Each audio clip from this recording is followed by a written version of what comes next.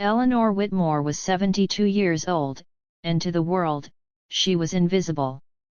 She lived in a small, weather-beaten house on the edge of a quiet American town called Redwood Falls.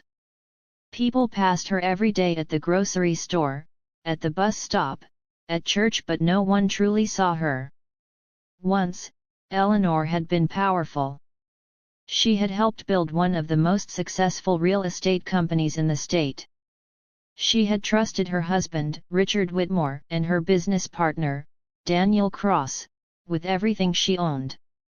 And they had taken it all. Her company. Her home. Her reputation. And finally, her son. The court documents called it legal. Eleanor called it theft. Now, years later, she was just the old lady at the edge of town. And that was exactly how she wanted it. Because quiet people can plan the loudest revenge. 30 years earlier, Eleanor had been sharp, fearless, and respected. She was the brain behind Whitmore and Cross Properties. Contracts, investments, negotiations, she handled them all. Richard, her husband, smiled for the cameras. Daniel handled public relations. When Eleanor fell ill for 6 months, everything changed. Using forged signatures and hidden clauses, Richard and Daniel transferred company ownership. By the time Eleanor recovered, she was locked out of her own office. Worse, they painted her as mentally unstable. The final blow came when her son Michael died in a so-called accident linked to one of their unsafe construction sites. No investigation. No justice. Eleanor lost the case. Lost her son. Lost herself. But one thing she did not lose, was her memory. Eleanor spent decades watching. She read newspapers. Followed stock reports. Attended town meetings quietly. Richard became a respected businessman. Daniel entered politics. They thought Eleanor was broken, too old, too poor, too tired to fight. They were wrong.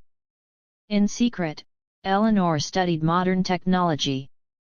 She learned how money moved digitally, how scandals were buried, and how the past could be resurrected with the right evidence.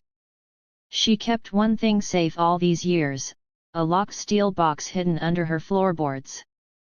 Inside were original contracts, voice recordings, and a journal Michael had kept, proof that the buildings were unsafe, and that Richard and Daniel knew. Time had made Eleanor patient. And patience sharpened her revenge.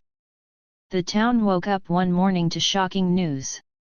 An anonymous email had been sent to multiple journalists containing documents that questioned the legality of Whitmore and Cross's early success. Stocks dropped. Investigations began. Richard felt uneasy for the first time in years. Daniel blamed political rivals. Neither suspected the old woman who walked slowly past their offices every week, leaning on a cane and smiling politely. Eleanor watched the news that night, her hands calm, her heart steady. "This is only the beginning," she whispered. Eleanor contacted Michael's old college friend, now a respected investigative reporter. She never revealed her identity, only the truth. Soon, stories broke about corruption, unsafe buildings, bribed inspectors, silenced witnesses. Victims came forward. Families who had lost loved ones. Workers who had been paid to stay quiet. Daniel resigned from office in disgrace. Richard's health declined under pressure. The man who once laughed at Eleanor now trembled in courtrooms.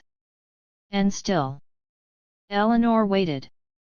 Revenge, she believed, should be complete.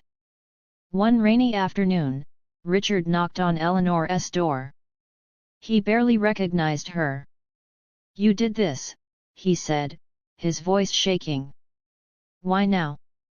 Eleanor looked at him calmly. "Because you thought I was finished," she replied. Because you believed age meant weakness. She stepped closer. You took my son. I took your world. Richard collapsed not from anger, but from the truth. Eleanor closed the door gently. The courts reopened Michael's case. Evidence poured in. Richard was sentenced. Daniel fled the country but was later arrested. For the first time in decades, Eleanor visited her son's grave without pain, only peace.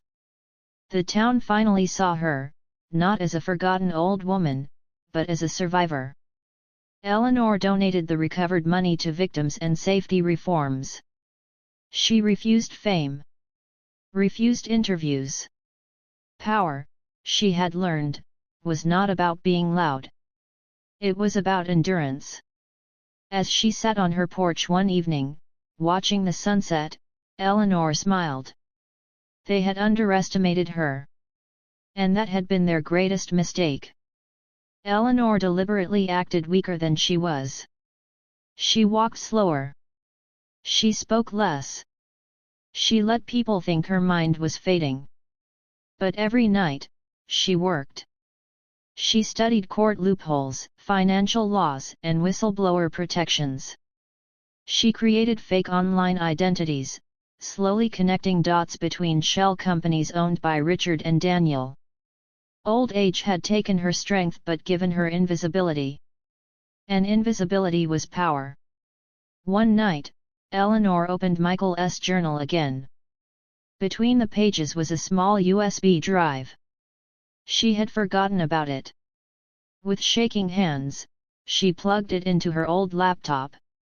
Michael's voice filled the room. If something happens to me, it wasn't an accident.